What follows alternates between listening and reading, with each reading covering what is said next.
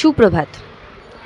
একটা জিনিস ভাবলে অবাক লাগে যে একটা সময় ১৯০৫ সালে এই বাঙালিদেরই ভয়ে ইংরেজ সরকার চেয়েছিল কি বাংলাকে বিভাজন করা হোক, অথচ আজকের বাঙালিকে দেখো কি অবস্থা। একটা হিস্টোরিক্যাল মুভি দেখতে দেওয়া হচ্ছে না, সবাই চুপ, নো প্রবলেম।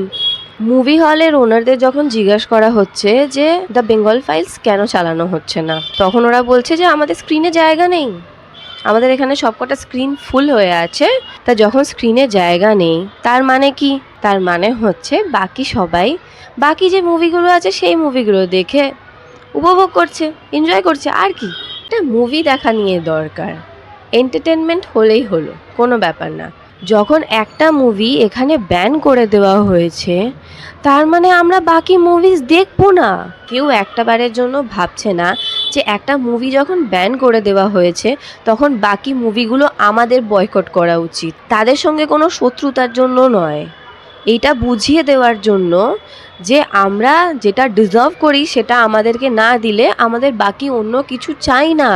বাট লোকজনের মাথাতেই সেটা ঢুকছে না। ভাই এখনও সময় আছে, যারা যারা হচ্ছে এত এইসব বাকি মুভিসগুলো এইসব চলছে সেই মুভিগুলো দেখা বন্ধ করে দাও।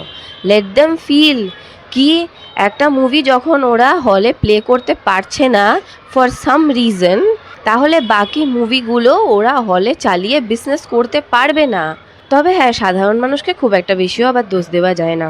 এই তো এত রাত দখল হলো, কি বিচার? এই যে শিক্ষকদের এত আন্দোলন হয়ে গেল, কি লাভ হলো? পেলো কেউ চাকরি? পেলো না। অর্ধেক জায়গা তো শুনছি নাকি টিচারের অভাবে নাকি স্কুলই বন্ধ হয়ে আছে, তাতেও কারোর কোনো প্রবলেম নেই। বাট স্টিল কারোর বিজনেসে ক্ষতি হলে সে একবারের জন্য হচ্ছে চিন্তা ভাবনা করবে।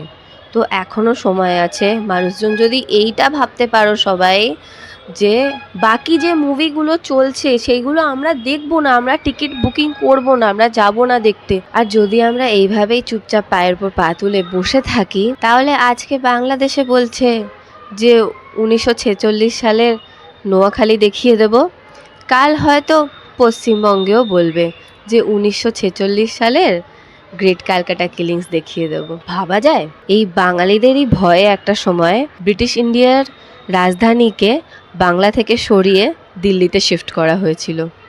আর আজকের বাংলা দেখে নাও।